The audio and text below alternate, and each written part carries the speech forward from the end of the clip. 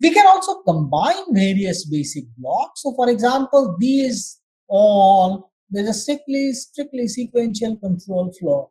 So we can combine all these into one and compute gen and we observe that Y, Z are being killed, and we observe here that this occurrence of X is the only occurrence which is not preceded by a definition. This occurrence of Y is preceded by a definition. These occurrences of X and Y are preceded by a definition of Y. X is not preceded by a definition of X. Y is preceded by a definition of Y. And Z is preceded by a definition. And therefore, our gen is X and kill is Y comma Z. So this could also be used and we end up getting the same result. So to understand the effect of these equations, so what are the local data flow properties? Our local data flow properties are gen and kill. Gen says it's something, it's a use not preceded by a definition. Gen contains variables that are used and these use preceded by a definition of the same variable. Kill says there is a definition anywhere in a block. So gen can be seen as upwards exposed use. It is exposed upwards in the sense that it is not covered by an assignment to a variable. So this is upwards exposed use that generates, that begins the liveness, and this kill essentially stops the effect being propagated across a block. Okay, so this is how we perform live variables analysis. And how can we use it? So what can we use it for? We can use it for register allocation. For example, if a variable X live in a basic block B, then it is I'm sorry,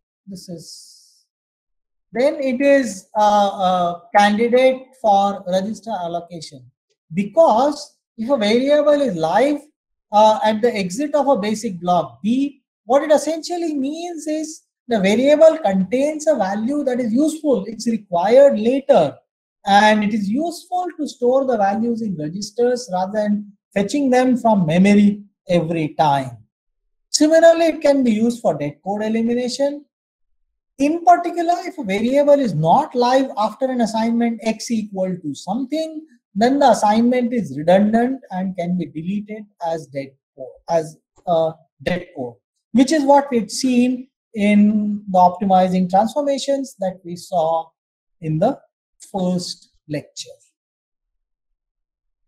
Here I have a tutorial problem. The slides contain many problems. I do not know whether I will be able to go over each one of them, but the solutions are also here.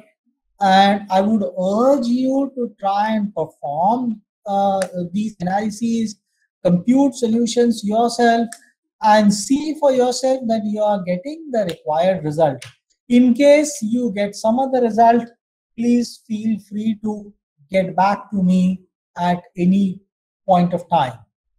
You can send me an email and ask me a question about the tutorial, the solution of a tutorial problem, and you can explain what solution you are getting and why your solution is different from the solution that I have given.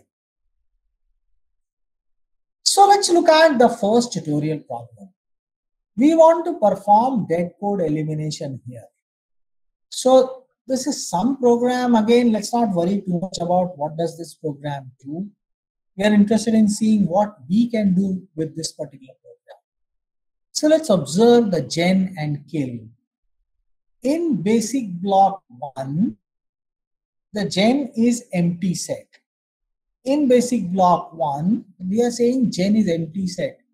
Can someone tell me why this is empty set?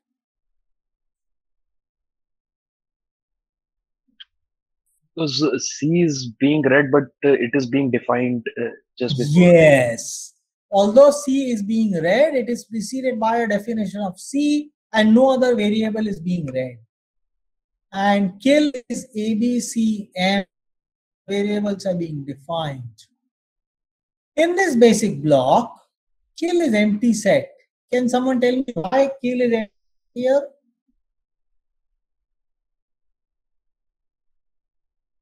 There's no definition. There is no definition, right? There is only read of a variable. So we have gen as A comma M and kill is empty set. In this particular basic block, both gen and kill contain A. Does it make sense? Does anyone have a confusion about how we have A in both kill for this particular basic block? If you have a confusion, this is the time to ask, because if you don't get it clarified right now, you're going to get confused later. You're going to get confused much more later. So this is okay. A is both live, its liveness is generated and its liveness is killed.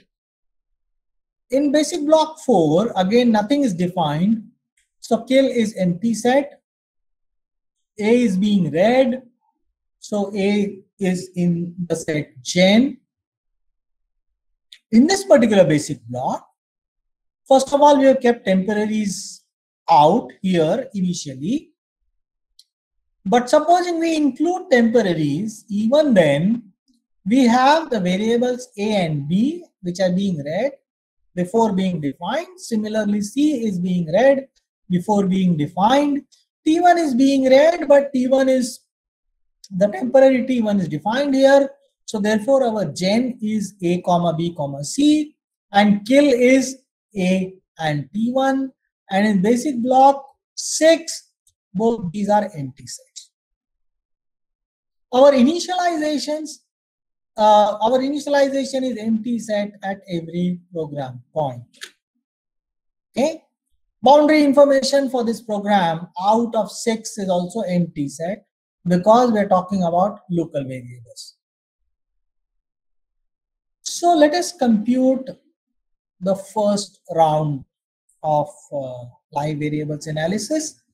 I will pause for 2 minutes to give you time to look at this result or compute yourself and see whether you are getting the same result. I think it's worthwhile pausing for a couple of minutes here before we proceed. Please try to do this yourself. If you're able to do it yourself, you will understand the things that are going to come later much better. Hello, sir. Yes? Sir, can you please explain once the local data flow information at block number 5? For the block number 5. Okay. So talking about block number 5. So can you see that A and B are read before being defined within the basic block? Yes? Yes. Right?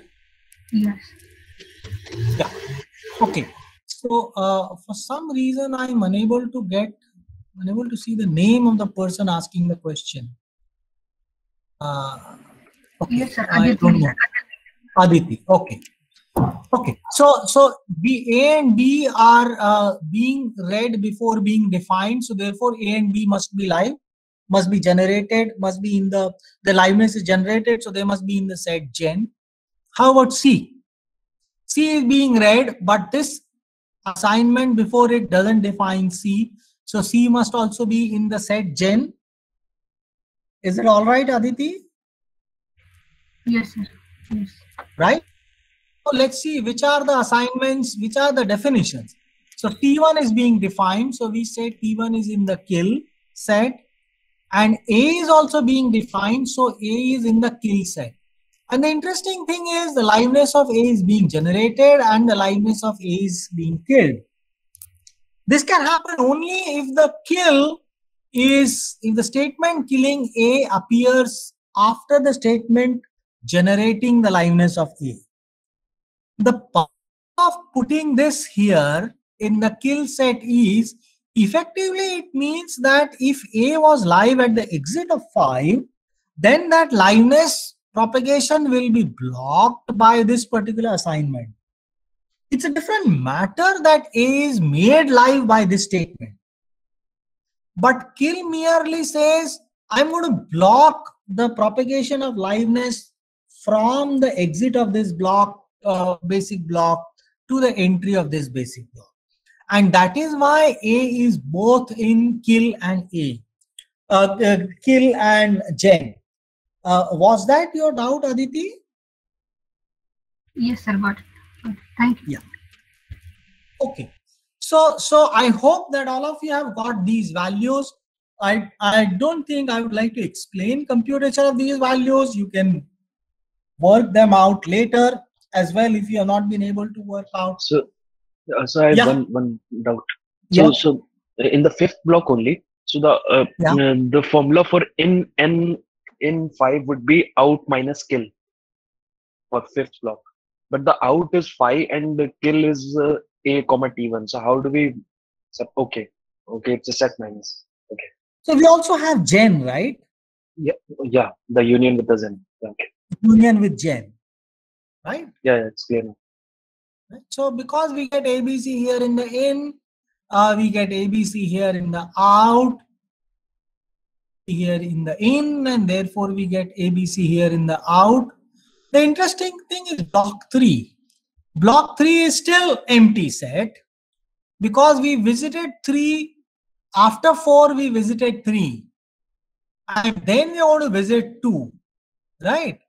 So, which means that get over it once again and find out what is the value. So, this whatever is effectively what is at the in of 2 will be propagated to the out of 3 in the next iteration, which is what we get.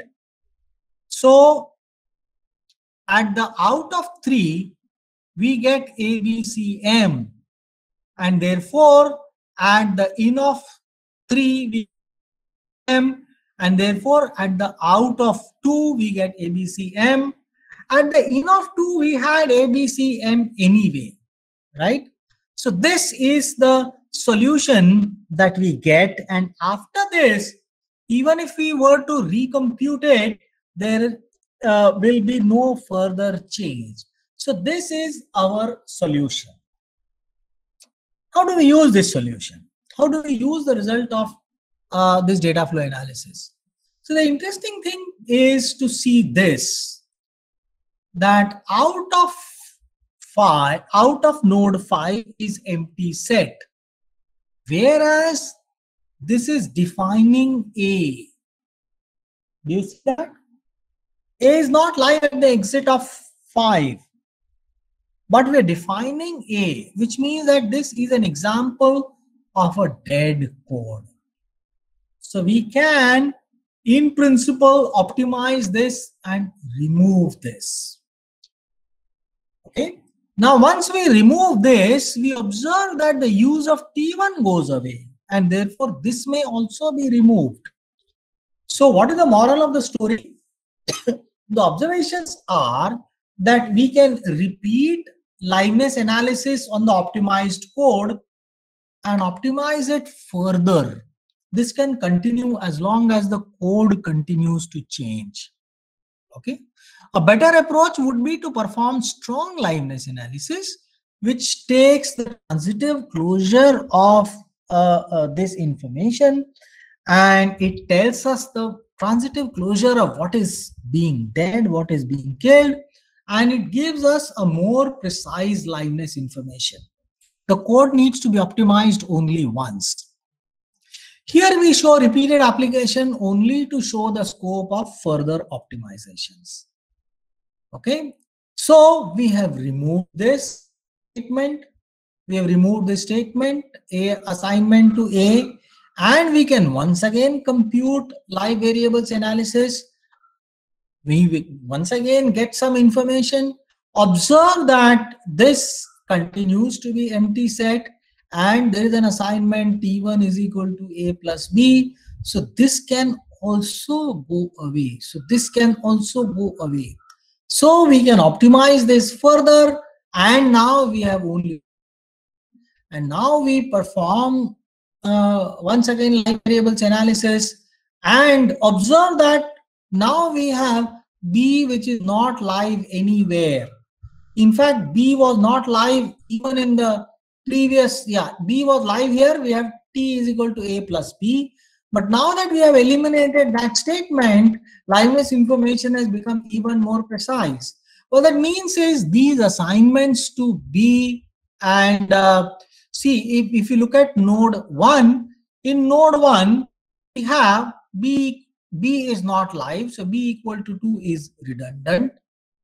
Okay.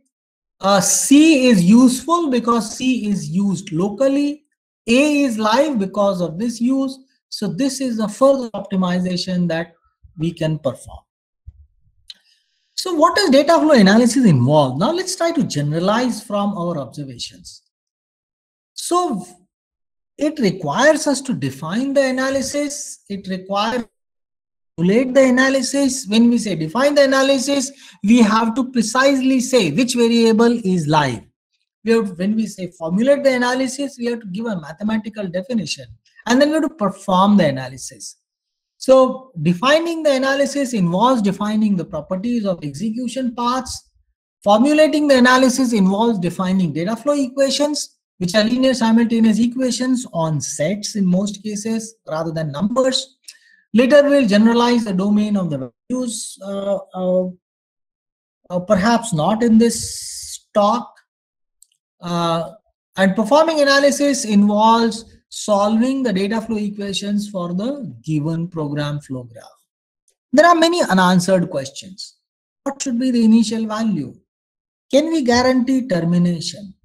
What is the complexity of this analysis? How many iterations are we likely to require even if we guarantee that it's going to terminate? There are many other questions.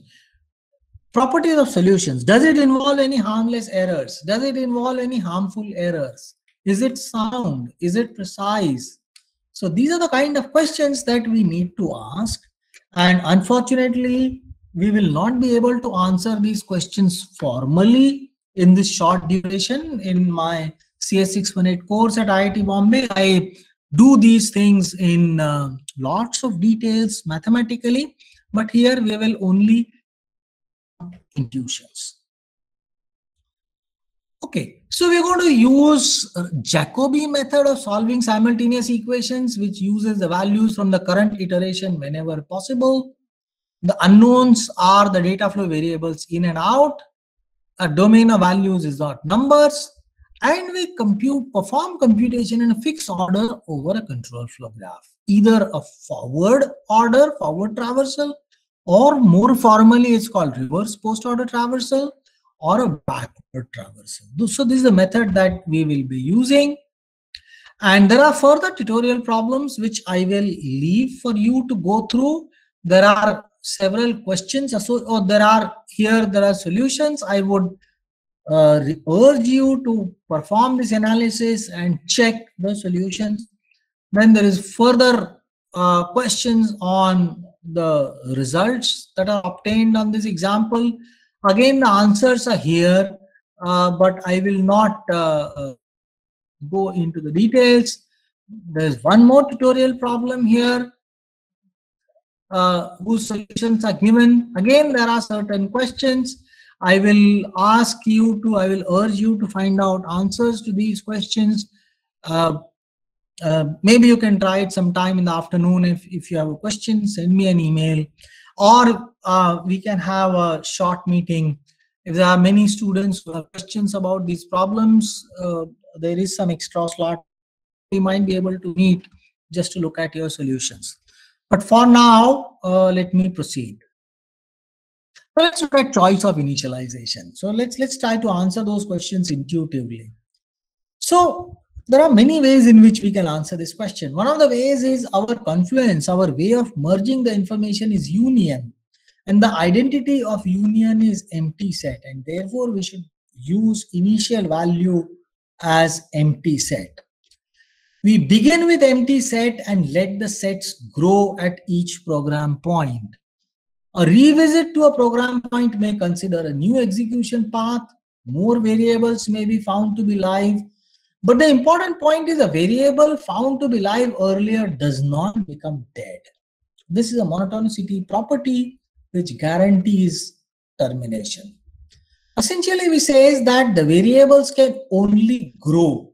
They can never shrink. A variable can never, if we discovered a variable to be live at one point of time, we're not later going to find it as dead. We do not do this non-monotonic computation. And therefore, the sets will always grow, and therefore, the termination is guaranteed. Now let's look at initialization. So here is a simple program. Let's say we initialize with empty set, and then we compute in the first iteration, we mark in this block, nothing is live. Here nothing is live, here B becomes live, and here B becomes live. This is our final solution. Okay. In the next iteration, we end up getting B as live here because B is live here. Because of this loop, liveness of B from the entry of this block is transferred to the exit of this block. Suppose we took some other initialization. Suppose we took universal set as the initialization. This being boundary info will remain empty set, but let's say we take this as the initialization, and let's say we start computation once again. So this is empty set. Now this is empty set because gen and kill here are empty. So although we initialized it to A comma B, we got empty set. Then we got A comma B here because we are computing this as a union of this and this, the value, entry value here. So we mark A comma B here as live. We get A comma B here live. We get A comma B live here. We get nothing as live here because A and B are defined.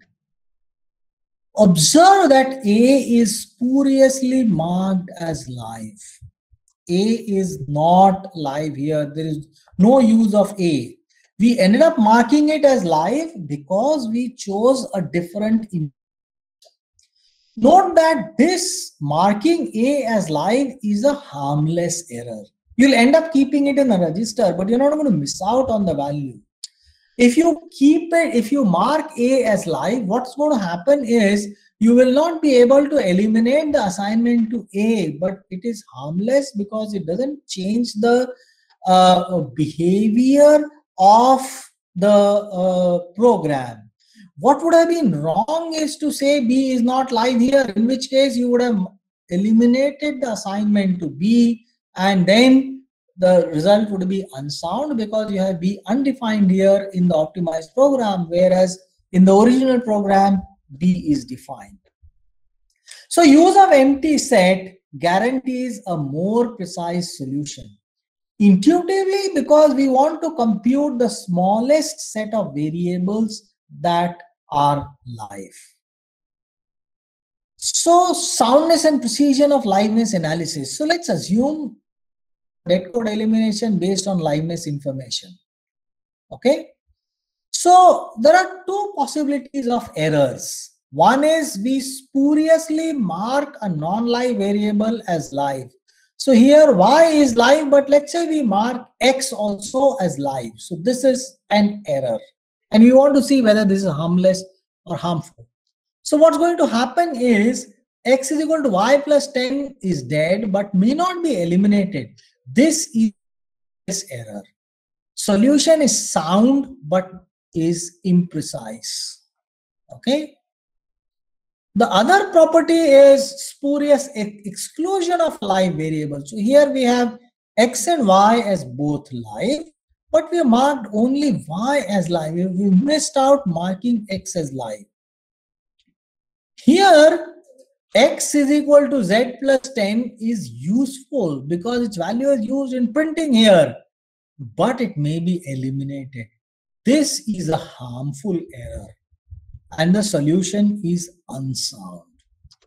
Okay, so how do we define soundness and precision?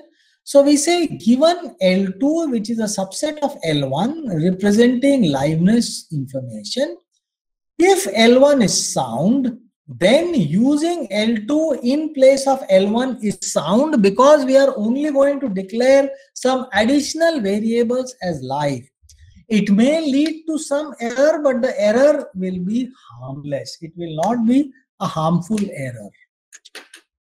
Okay. On the other hand, if L2 is known to be sound, we don't know about L1. If L2 is known to be sound, then using L1 in place of L2 may not be sound. For all you know, you may have missed a variable, a live variable, and therefore it may not be sound. Okay. And therefore, the smallest set of all live variables is most precise. Since liveness sets grow, confluence is union, we choose empty set as the initial conservative value. Okay. So let's talk about termination, convergence, and complexity. For live variables analysis, the sets of all variables is finite. The meet operation is union. The sets grow. Sets associated with a data flow variable can only grow. And because we're talking about a finite set, at some point of time, this process must terminate. And therefore, termination is guaranteed. Since the initial value is empty set, live variables analysis converges on the smallest set. The question is, how many iterations do we need for reaching the convergence? That's a question which is hard to answer now, but it is somehow related to the loops and the packages in the program. In particular, formally, it is bounded by the maximum number of packages in any acyclic path. And unfortunately, I will not be able to explain more about it now. But the question is, when we go beyond live variables analysis, do the sets always grow for other data flow frameworks? And what is the complexity of round robin analyses for other analyses? These are some interesting questions. Unfortunately, we will not be able to answer the second question here, but we indeed will answer the first question here when we look at available expressions analysis. So I think it's time for me to pause and take questions. If you have any questions on live variables analysis that we have seen so far, I will be happy to answer them. Okay.